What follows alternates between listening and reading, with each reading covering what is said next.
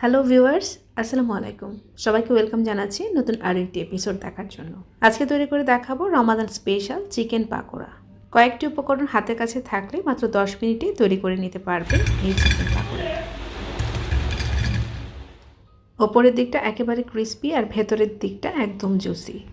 চলুন তাহলে কথা না বাড়িয়ে মূল রেসিপিতে চলে আসি।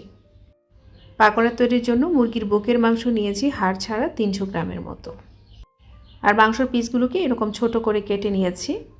হাফ চা চামচের মতো আদা বাটা, হাফ চা চামচের মতো রসুন বাটা দিয়ে দিচ্ছি 1.5 টেবিল চামচের মতো লাল মরিচের গুঁড়া, 7-8টা কাঁচামরিচকে কুচি করে নিয়েছি সেটাও দিয়ে দিচ্ছি। 1 চা চামচের মতো দিয়ে দিচ্ছি ভাজা জিরার গুঁড়া আর 1 চা চামচ দিয়ে দিচ্ছি ধনে গুঁড়া। 1 কাপের মতো পেঁয়াজ কুচি অ্যাড করে দিয়ে তার মধ্যে কিছুটা লবণ দিয়ে দিচ্ছি। 2 টেবিল চামচের মতো দিয়ে দিচ্ছি সয়া সস। সয়া সসের মধ্যে লবণ থাকে, লবণটা একটু বুঝে দেওয়ার চেষ্টা করবেন। এখানে দিয়ে দিচ্ছি 1 চা চামচের মতো লেবুর রস। হাফ কাপের মতো দিয়ে দিয়েছি কর্নফ্লাওয়ার, এটা ক্রিস্পি হতে সাহায্য করবে। হাতের কাছে না থাকলে আপনারা চাইলে চালের গুঁড়াও অ্যাড করতে পারেন। এবার দিয়ে দিব নর্মাল টেম্পারেচারের একটা ডিম। এবার সব কিছু খুব ভালো করে মেখে নিচ্ছি।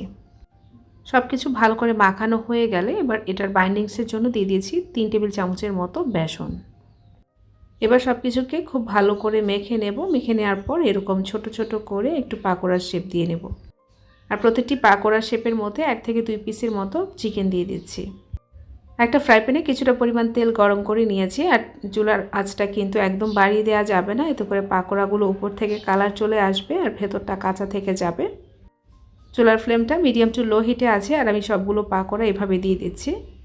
আর পাকোড়ার শেপটা যতটা আঁকাবাঁকা থাকবে এটা ততটাই ক্রিস্পি হবে। যেহেতু এখানে মুরগির বুকের মাংস আছে, এটা সেদ্ধ হতেও কিন্তু সময় লাগে না। একটা শাসলিকের কাঠি দিয়ে একটু উল্টে পাল্টে দিচ্ছি। এক পাশ থেকে যখন এরকম গোল্ডেন কালার চলে আসবে তখন আমি এটাকে আবারও উল্টে দেব। প্রায় 7 থেকে 8 মিনিটের মতো সময় নিয়ে আমি এই পাকোড়াগুলোকে ভেজে নিয়েছি। আর এতটা সময় নিয়ে ভেজে নিলে এটা অনেক সময় ধরে ক্রিস্পি থাকে। যখন চারপাশ থেকে এরকম গোল্ডেন কালার চলে আসবে তখন আমি পাকোড়াগুলোকে তুলে নিয়েছি।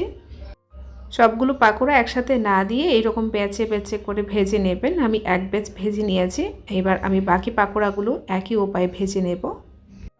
হাতের কাছে সবগুলো উপকরণ থাকলে কিন্তু এই পাকোড়াগুলো তৈরি করতে মাত্র 10 থেকে 15 মিনিটের মতো সময় লাগে।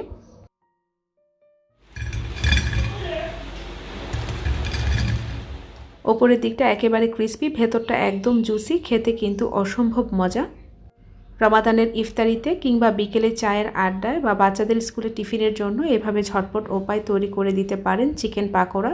রেসিপিটি ভালো লাগলে কিংবা কাজে লেগে থাকলে তাহলে অবশ্যই চ্যানেলটাকে সাবস্ক্রাইব করে পাশেই থাকবেন আর পাশে থাকা বেল আইকনে ক্লিক করে রাখবেন সবার আগে নোটিফিকেশন পেতে। আবারও দেখা হবে নতুন কোনো রেসিপিতে ইনশাআল্লাহ। আজকের মতো এখানে বিদায় নিচ্ছি। আল্লাহ হাফিজ।